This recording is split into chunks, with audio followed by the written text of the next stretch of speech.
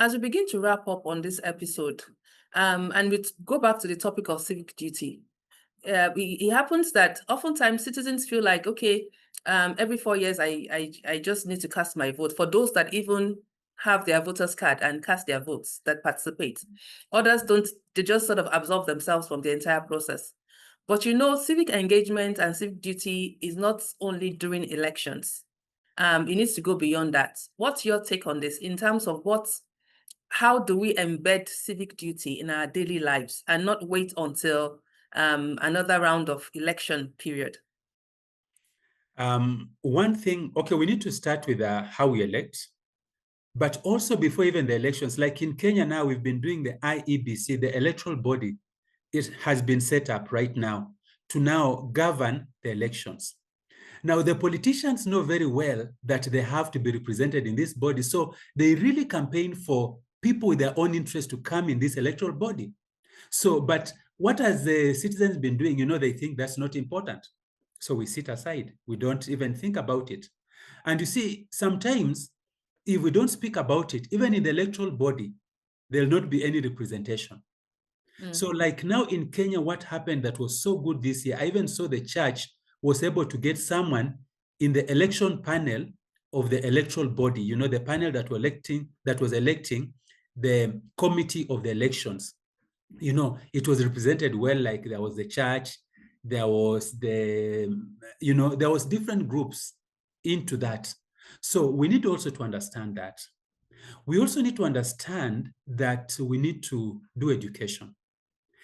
The government does not have the capacity to do civic education, but you have a friend that you can speak to about education in terms of what needs to be done, in terms of elections.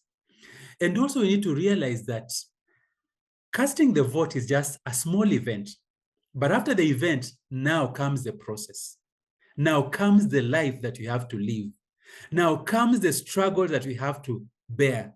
Now comes the challenges that we have to fight, Now, how do I fight through the 4 years? How do I fight? Like in Kenya, we have to fight for the next 5 years. You elect today, you have to struggle, fight, complain, mama, bicker, whatever it is for the next 5 years.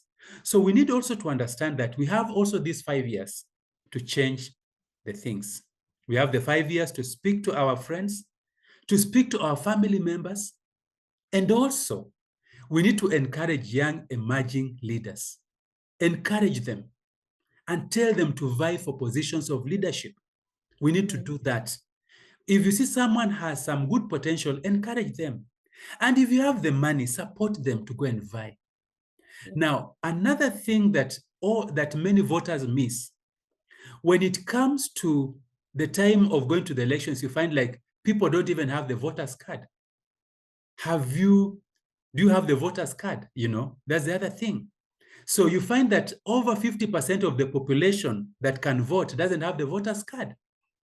And then during the elections, again, there is a voter apathy. You only find like out of the 50% that had the voter's card, only 20% go to vote. It shouldn't be.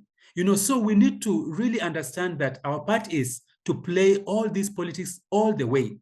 And also one other thing that we also miss out is this, being part of a political party. And let me say why.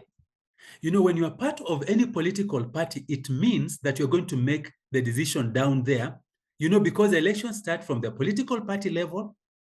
There are maybe 5 people there.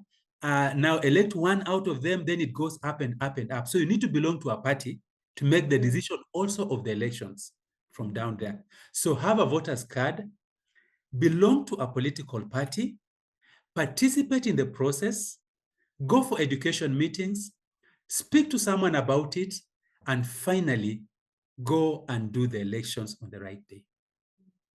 Mm-hmm. And that's a very good place to draw the curtains on today's episode. It's a wrap. Thank you, Mr. Wafula, for your incredible insights today. And thank you, viewers, for joining us on Ideas in Action, Conversations That Matter. We have explored powerful ideas on transforming civic duty into a shared responsibility. And now the real work begins. As we continue to challenge traditional structures, let's keep pushing for a culture of active participation and engaged citizenship. Here's the challenge. How can you contribute to making civic duty a fundamental part of everyday life in your own community?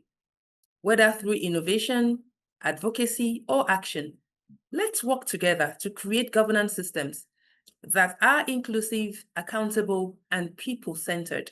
Remember, change begins with a conversation, but it is sustained through action. Let's keep imagining, let's keep building, and let's keep daring together. Until next time, keep moving ideas into action.